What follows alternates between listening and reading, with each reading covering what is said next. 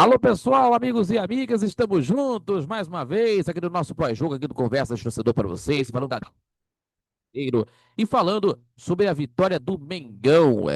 Meus amigos, a caça, né, do líder Palmeiras. O Flamengo conseguiu uma vitória importante, 2-0, os gols de Arrascaeta de pênalti e o gol de Ayrton Lucas, e fazendo o Flamengo aí chegar, a equipe do Palmeiras, a um ponto, né, na classificação, né, a um ponto da liderança do Campeonato Brasileiro. Então vamos falar aqui, né, que tivemos aqui Rossi pegando pênalti, polêmicas, né, e que nós vamos estar falando, resumindo para vocês aqui no nosso papo, aqui no Conversa de Torcedor, esse pós-jogo para vocês. Mas antes disso, pessoal de casa, se inscreva no canal do YouTube, compartilhe os nossos vídeos, é claro, deixando aquele like, seu joinha, que ajuda muito o nosso crescimento do canal do YouTube, também fortalece o nosso trabalho e também acompanha pelas redes sociais do Conversa de Torcedor. E não esquecendo o nosso Conversa de Torcedor Notícias, terça e quintas-feiras, às 18 horas, e também aos sábados, né, às 11 da manhã, com transmissão ao vivo da Rádio Nossa Copacabana, também no nosso canal do YouTube do Conversa de Torcedor, também pelo site radionSC.com, pela Rádiosnet, falando muito sobre as informações do seu clube do coração, além também do futebol internacional, do futebol carioca, do esporte em geral, e na seleção brasileira, é claro que nós vamos estar informando com todas as informações que vocês podem conferir com todas as informações, e que vocês possam conferir as informações que você precisa vir e também ver, e também com muita opinião. É claro que você não pode perder nenhum detalhe. Tá bom, pessoal? E também, repito, terça e quintas-feiras, 18 horas, Conversa de Torcedor Notícias no canal do YouTube. Tá bom, pessoal? Repetindo para vocês. Muito obrigado pelo carinho e pela sua companhia. Meus amigos e minhas amigas, vamos falar aqui, pessoal, sobre a situação do Mengão, né, que venceu o jogo pelo placar de 2-0, gols de Arrascaeta de pênalti, Ayrton Lucas fazendo gol, o Rossi pegando pênalti, enfim, o Flamengo está a um ponto do Palmeiras, né? O Palmeiras está com 22 pontos, o time do Flamengo com 21 na classificação do Campeonato Brasileiro, e tendo aí essas circunstâncias aí dos jogos do Campeonato Brasileiro, o Flamengo agora está aí na caça no líder Palmeiras.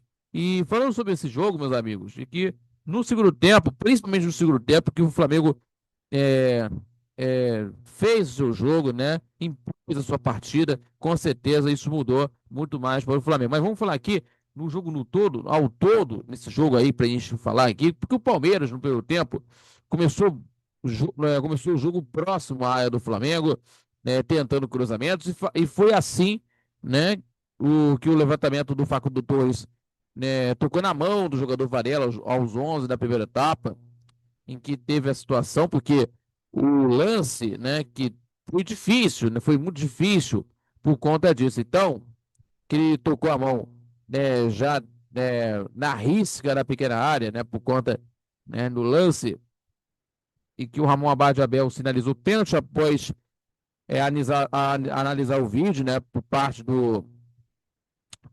aí também do, do, do VAR, né, que estava lá, que é o senhor Wagner Heuwey, né, após analisar o vídeo, o árbitro de campo, né, confirmou a decisão de pênalti. Então, né, na minha visão, na ótica, que teve a situação que o pé dele estava em cima da linha e a mão fora da pequena área. Então, dessa situação que foi falta fora da área. Na minha visão, que foi falta fora da área. Nessas circunstâncias aí que aconteceu. Nessa, nessa situação que ocorreu.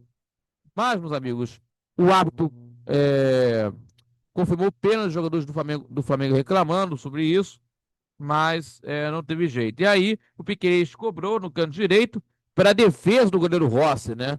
Que aconteceu, o Rossi defendeu na primeira, depois na segunda, trabalhou de novo, né? Em cima do Estevão, né? E aí, a equipe do Flamengo conseguiu aí, né, nesse resultado aí, conseguindo chegar, né, no lance aí do jogador do Rossi. E ainda, né, tudo foi aos 16 minutos. Depois do lance, a equipe do Flamengo teve mais posse de bola, mas encontrava dificuldades para tentar fazer o gol, né? Ou melhor, exemplo, para criar perigos à meta do goleiro, o Everton, do Palmeiras. E a melhor oportunidade foi do Flamengo, né? Lógico, aos 50 minutos. no final da partida do primeiro tempo, quando o Bruno Henrique chutou em cima da marcação, após um lance bem trabalhado, e ainda o começo, né? O começo da segunda etapa também, que começou ainda mais truncada do que inicial, né? E aos 11 minutos, né, o Gerson precisou sair por conta de dores no joelho, né? Que entrou no lugar dele na partida foi o Danilo e aliás, foi muito importante, né? Foi muito importante que a gente tem que falar aqui. O Felipe Luiz, nesse segundo tempo, também foi de uma situação de xadrez, jogo de xadrez, porque a gente sabe que teve na segunda etapa o Palmeiras, no primeiro tempo, que teve cruzamentos, perigos, mas não soube aproveitar, né, para tentar fazer o gol. No segundo tempo, o Flamengo teve um jogo de xadrez para conseguir fazer. Com o Danilo de lateral direito, deixando mais o Varela um pouco mais, né, na volância, porque é, nessa situação o Varela jogou mais de volante para conseguir buscar mais o jogo, certo? Isso foi muito importante, essa mudança do técnico Felipe Luiz, né, jogando de volante, que foi importante, que acho que repetiu o que aconteceu no jogo contra o Botafogo, né, colocando o Varela de volante e tal, e isso aconteceu. E ainda, né? Lógico, aos 21 minutos, né? A Arrascaeta caiu dentro da área após a enfiada de bola do jogador Luiz Araújo e ele caiu dentro da área após sentir o toque da mão do Murilo no seu corpo, né? O árbitro no princípio não marcou nada, deixou o jogo seguir, mas após analisar o VAR, confirmou o pênalti, deu pênalti para o Flamengo. Na minha situação que eu vejo na partida, e que não foi forte, né, na situação de intervenção em cima do Arrascaeta, mas foi para atrapalhar o jogador, foi para atrapalhar o jogador, a mão do Murilo foi atrapalhar o jogador, né, impedir o avanço do Arrascaeta. Então, para mim, foi pênalti, né, para a equipe do time do Flamengo. Foi pênalti por conta que ele quis atrapalhar a jogada, quis impedir, né, do avanço do Arrascaeta, nesse toque na mão, no corpo do Arrascaeta. Então, essa situação foi pênalti, né, é, de um pênalti marcado para a equipe do Flamengo. E o camisa 10 foi pela batida, abre o placar com uma categoria, né? Que o Everton esperou que pudesse sair uma bomba, né? Saísse de uma batida forte do Arrascaeta, mas não. Foi colocado à esquerda do goleiro. O Everton ficou parado no meio do gol, aos 27, fazendo 1-0. E após sofrer o gol, o Palmeiras fez mudanças para ficar mais ofensivo, o técnico interino João Martins, né, que colocou aí o Lug, o Maurício, né, o Lopes e o Paulinho, né, para ficar mais ataque, né, mais ofensivo. Que tivemos aí as mudanças com o Maurício no meio de campo e o Rafael Veiga, e no ataque, melhor dizendo, o Lug, o Lopes e o Paulinho, né, para ficar um pouco mais ataque da equipe do time do Palmeiras, né, para ficar mais ofensivo do time do técnico interino João Martins, certo? E que aconteceu, né? Foi para o abafa, né? Foi para o abafa, principalmente aí num jogo, né, que criando chances de oportunidade, por exemplo, do Maurício aos 31 e do Flaco Lopes aos 33 minutos do segundo tempo. Mas a equipe do Flamengo, né, teve a posse de bola, né, que teve as entradas também importantes do Walaciano no lugar do Arrascaeta e do Ayrton Lucas no lugar do Luiz Araújo e do Pedro, que entrou no lugar do Bruno Henrique, e do Michel no lugar do Everton.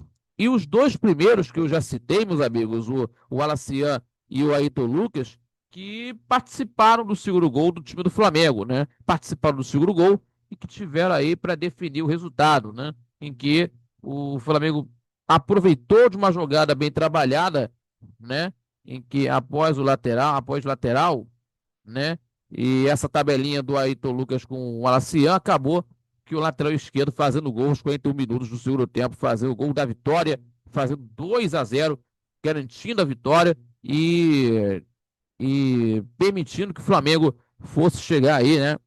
e permitindo ao Flamengo que chegasse aos 21 pontos ganhos, na caça do líder Palmeiras, na caça do líder do Campeonato Brasileiro Palmeiras, que está com 22 pontos ganhos e principalmente aí, encurtando essa distância, né, depois de 10 jogos, aí encurtou a distância aí, principalmente a equipe do Flamengo. Então temos aí os jogos da Libertadores. Nesta quarta-feira, o Flamengo enfrentará contra a equipe do Táchira, da Venezuela, às 9h30 da noite, no mesmo horário, no mesmo dia, lá no Allianz Parque, o time do Palmeiras enfrentando o Sport Cristal do Peru. O Sport Cristal do Peru na última rodada da fase de grupos da Libertadores da América. E na próxima semana teremos aí os jogos do Campeonato Brasileiro. Teremos aí, né, e esses jogos aí é o último, né? Esse jogo é o último, né, do Brasileiro antes da disputa do Mundial de Clubes da FIFA. Então temos aí os jogos aí pelo Campeonato Brasileiro de Futebol. O time do Flamengo no Maracanã vai encarar contra a equipe do time do Fortaleza às 18h30, horário de Brasília. Já a equipe do time do Palmeiras vai visitar contra a equipe do time do Cruzeiro, né, nesse último jogo antes do Mundial de Clubes da FIFA. Cruzeiro e Palmeiras às 7h30 da noite. Então temos aí os jogos que vão acontecer aí no próximo final de semana no Campeonato Brasileiro, antes, né, o último antes do Mundial de Clubes da FIFA. Então o Flamengo está aí na caça do líder Palmeiras, tentando conseguir ser líder do Campeonato Brasileiro e principalmente aí que foi um jogo timoroso, principalmente no segundo tempo, de mudanças, né, da estrutura tática, mas decisiva no jogo e impôs na partida do segundo tempo, com certeza isso valeu a pena. O Flamengo conseguiu esse resultado importantíssimo. Certo, pessoal? Muito obrigado a todos pela companhia em mais uma edição, mais um pós-jogo, melhor dizendo, aqui do Conversa de Torcedor. Se inscreva no canal do YouTube, compartilhe os nossos vídeos e deixe o seu like, o seu joinha, ativando o sininho das notificações também, que ajuda muito o nosso crescimento do canal do YouTube, também fortalece o nosso trabalho e também acompanhando pelas redes sociais do Conversa de Torcedor. E não esquecendo o nosso Conversa de Torcedor Notícias, 15 quintas-feiras, às 18 horas com vocês, no canal do YouTube do Conversa de Torcedor e também acompanhando também no YouTube do Conversa de Torcedor, todo sábado às 11 da manhã, o nosso programa ao vivo, transmissão ao vivo pela rádio nossa Copacabana 98.7 FM, também pelo YouTube do Conversa de Torcedor, pelo YouTube do Conversa de Torcedor, repito, também pelo site radioNSC.com e também pela Rádio Net, falando tudo sobre o futebol do Rio de Janeiro, tudo do esporte em geral, melhor dizendo, também do futebol internacional e além também do e além da seleção brasileira de futebol. Tá bom, pessoal? Muito obrigado a todos pela companhia de sempre. Fique com Deus. E até o próximo vídeo, até o próximo pós-jogo aqui do Conversa de Torcedor. Valeu, galera!